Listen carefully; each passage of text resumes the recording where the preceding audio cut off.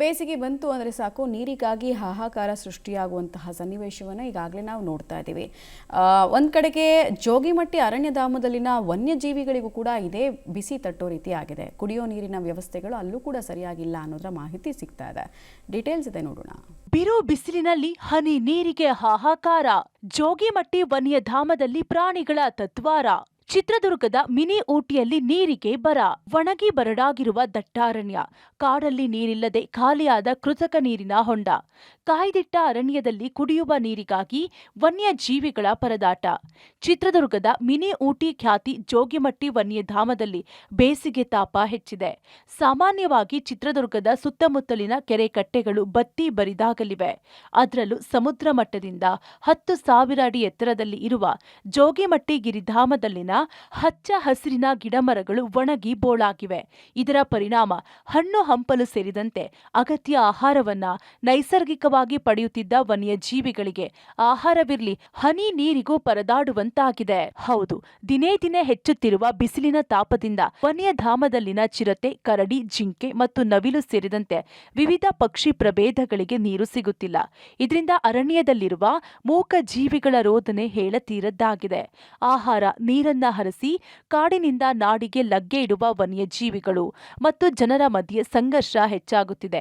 ನೀರಿನ ಅಭಾವ ನೀಗಿಸಲು ಮುಂದಾದ ಅರಣ್ಯ ಇಲಾಖೆ ಅವೈಜ್ಞಾನಿಕ ನೀರಿನ ವ್ಯವಸ್ಥೆ ಕಲ್ಪಿಸಿದೆ. ಈ ಕೃತಕ ನೀರಿನ ಹೊಂಡಗಳು ಮಲಿನಗೊಂಡಿದ್ದು ದುರ್ನಾತ ಬೀರುತ್ತಿವೆ. ಈ ಮಧ್ಯ ಕರ್ನಾಟಕದಲ್ಲಿ ಏನಾದರೂ ಪ್ರವಾಸಿ ತಾಣ ಇದ್ರೆ ಅದು ಒಂದೇ ಒಂದು, ಅದು ನಮ್ಮ ಜೋಗಿಮಟ್ಟಿ ಪ್ರವಾಸಿ ತಾಣ. ಆದರೆ ಇವತ್ತಿನ ದಿವಸ ಹೋಗಿ ನೋಡಿದ್ರೆ ಬರೇ ಗಿಡ ಗಂಟೆ ಅವೆಲ್ಲ ಸುಟ್ಟು ಬರಕಲಾಗಿರೋ ಕಾಣ್ತವೆ, ಎಲ್ಲ ಒಣಗೋಗಿಬಿಟ್ಟಿದ್ದಾವೆ ನೀರಿಲ್ದಲೆ. ನಾವು ಗಿಡಗಳಿಗೆ ಮರಗಳಿಗೆ ಬೇಡ ಸರ್, ಅಲ್ಲಿ ಸುಮಾರು ಪಕ್ಷಿಗಳಿದೆ, ಪ್ರಾಣಿಗಳಿದ್ದಾವೆ, ಎಲ್ಲ ಥರದ ಬಗೆಯ ಅಲ್ಲಿ ಚರಚರ ವಸ್ತುಗಳು ಇದಾವೆ. ಅಲ್ಲಿ ಅವಕ್ಕೆ ಅಟ್ಲೀಸ್ಟ್ ಕುಡಿಯೋ ನೀರಾದರೂ ಕೊಡಿ ಅಂತೇಳಿ ಜಿಲ್ಲಾಡಳಿತಕ್ಕೆ ಮನವಿ ಮಾಡಿಕೊಳ್ತೇವೆ. ಇನ್ನು ಅರಣ್ಯ ಇಲಾಖೆ ಅರವಟ್ಟಿಗೆಗಳಲ್ಲಿ ನೀರು ಕಲುಷಿತಗೊಂಡಿದೆ. ಹೀಗಾಗಿ ನೀರನ್ನ ಸೇವಿಸುವ ವನ್ಯಜೀವಿಗಳ ಜೀವ ಹಾನಿಯಾಗುವ ಆತಂಕ ಹೆಚ್ಚಾಗಿದೆ. ಕೃತಕ ಹೊಂಡಗಳನ್ನ ಕೂಡಲೇ ಸ್ವಚ್ಛಗೊಳಿಸಿ ಟ್ಯಾಂಕರ್ ಮೂಲಕ ನೀರನ್ನ ಭರ್ತಿ ಮಾಡಬೇಕು. ಮೂಕ ಜೀವಿಗಳ ನೀರಿನ ಅಭಾವ ನೀಗಿಸಬೇಕು.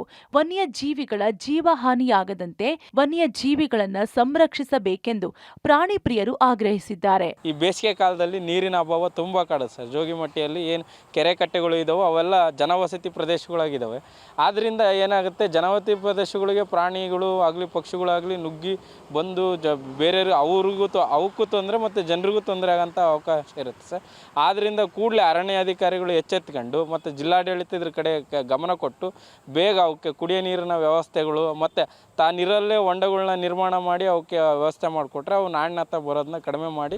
ಒಟ್ಟಾರೆ ಬೇಸಿಗೆ ತಾಪಮಾನಕ್ಕೆ ಸಿಲುಕಿರುವ ಜೋಗಿಮಟ್ಟಿ ಅರಣ್ಯಧಾಮ ಒಣಗಿ ಮರುಭೂಮಿಯಾಗಿದೆ. ಹೀಗಾಗಿ ಕಾಡು ಪ್ರಾಣಿಗಳಿಗೆ ನೀರಿನ ಅಭಾವ ಮಿತಿ ಮೀರಿದೆ.